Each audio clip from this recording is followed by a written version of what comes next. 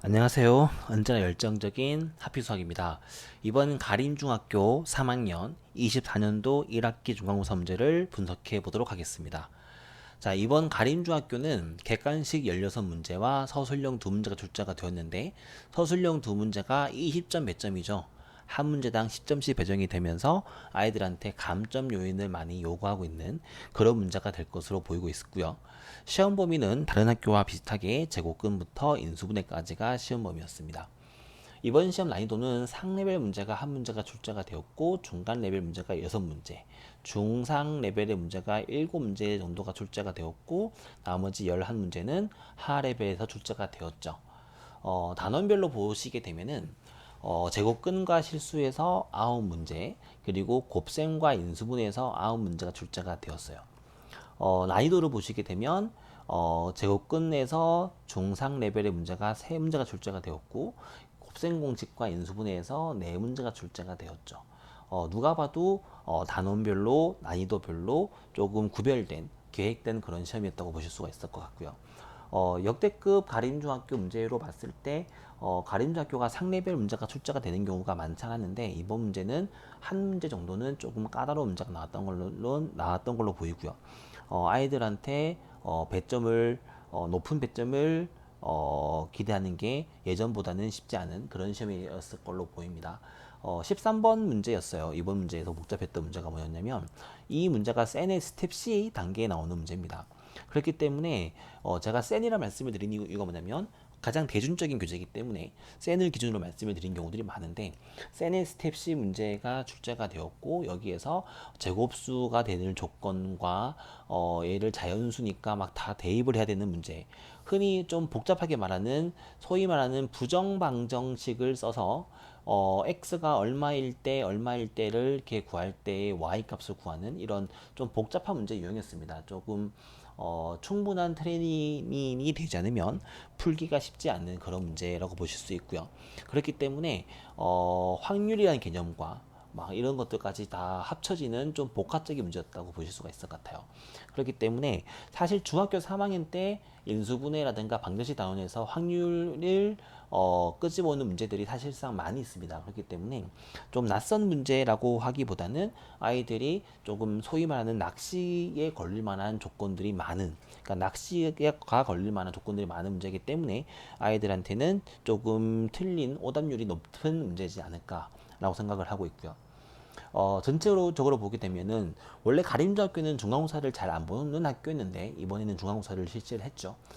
그런데 이제 또 가림중학교는 교과서라든가 기본적인 학습지만으로는 어느 정도 해결할 수 있었던 문제였던 걸로 반해서 이번 문제는 조금 더 심화된 과정들이 출제가 되었다. 그래서 이번에는 매년 가림중학교 시험 정도의 레벨로만 공부를 한 친구들이라고 한다면 조금 곤란한 경우가 생길 수도 있었을 것 같은데 어, 그렇다고 해서 뭐 아이들이 못 풀 만큼 최상위권 문제를 풀었다라기보다는 센 스텝 C 단계에 있었던 그런 좀 쉽게 풀리지 않는 문제들, 어렵다라기보다는 쉽지 않은 문제들이 출제가 되었고 배점이 높은 문제도 2문제가 출제가 되었기 때문에 또 객관식에서 6점짜리 문제도 무려 4문제가 출제가 되었기 때문에 자칫 하다가는 A 등급을 받기가 쉽지 않을 걸로 보이죠.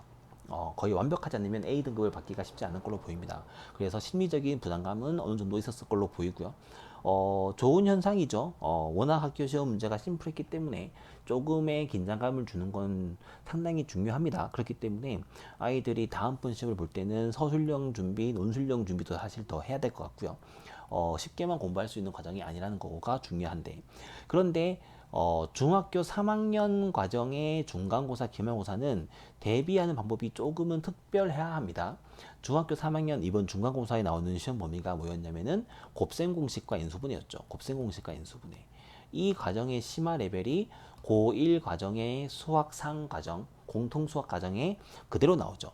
그렇기 때문에 저희 학원 같은 경우는 중학교 3학년 시험이기 때문에 3학년 레벨만 공부를 시켰다라기보다는 고등학교 1학년 과정에서 배웠던 곱셈공식의 변형, 인수분해 그런 부분까지 반복할 수 있는 저는 중간고사 혹은 기말고사는 2차 함수랑 2차 함수 나오죠. 2차 방정식과 2차 함수 나오죠.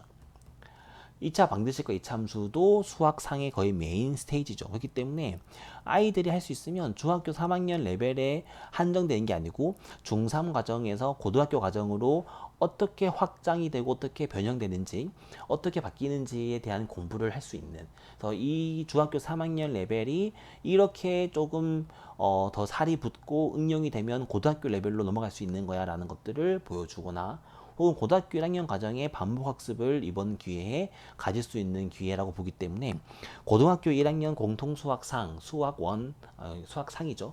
그 과정에서의 개념 위주로 공부했던 친구들 같은 경우는 이번 기회에 문제풀이를 할 수 있는 그런 좋은 기회라고 저는 봅니다. 그래서 이번 기말고사 때도 마찬가지로 학교 시험 만점보다 더 중요한 2차 방정식과 2차 함수는 몇 번을 강조해도 부족하지 않죠. 방정식에서 근의 공식, 판별식, 중등 과정은 아니지만 근과 계수의 관계, 뭐 근에 대한 이야기, 그런 것들에 대한 이야기를 조금 더 한번 해볼 수 있는 기회가 되면 좋고요. 함수도 함수의 개형이라든가 함수의 꼭지점, 최대값, 최소값에서만 끝나지 않고 추계 방정식을 이용한 함수의 개형과 해석력, 그런 등등등의 고등 과정의 고등 기본 과정의 공부를 병행해 보는 게 좋지 않을까. 가림중학교만 해당하는 문제가 아니고 광명에 있는 모든 중학교 3학년 친구들한테 해당되는 문제입니다. 그렇기 때문에 중학교 3학년 1학기 내신 대비는 고등학교 수학상 혹은 공통수학원 과정에 기본 베이스를 다질 수 있는 너무나 좋은 절호의 기회다.